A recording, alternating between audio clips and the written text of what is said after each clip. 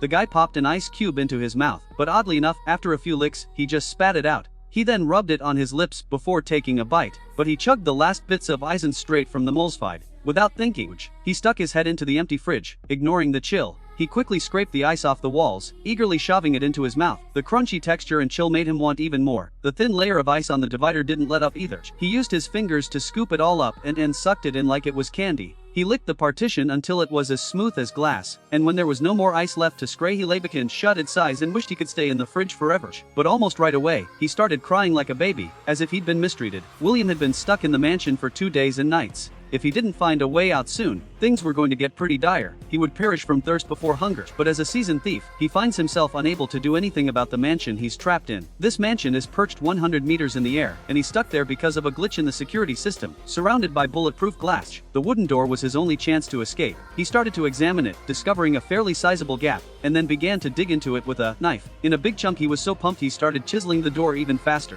The wood shavings were falling like snowflakes, but here comes the bad news, that the system malfunctioned, leading to a failure in temperature control, which caused a significant increase in temperature. Before long, sweat began to trickle down his neck. To his surprise, the system failure even interrupted the water supply in the mansion. Neither the pipes nor the toilets had any water. He thought that a swimming pool filled with water might solve his problem, but as soon as he took a sip, he spit it out. It turns out the water was laced with disinfectant. It's not drinkable. He could only use it to wipe his body to minimize water loss, but it didn't address the dehydration issue. At that moment, he spotted a sprinkler in the lush greenery. So, he climbed over to take a look, but when he opened it up, there wasn't a single drop of water inside. He then focused on the fish tank. However, when he dipped his hand in and tasted the water, he immediately spit it out. The water in the fish tank was not only super salty but also incredibly fishy. He had no choice but to keep chipping away at the door, hoping to escape sooner. Suddenly, he noticed something off about the sound. He reached out to touch the door and gave it a tap with a small knife, which unexpectedly let out a metallic clinking noise. It turned out there was a steel plate inside the wooden door, and without special tools, it's impossible to open it.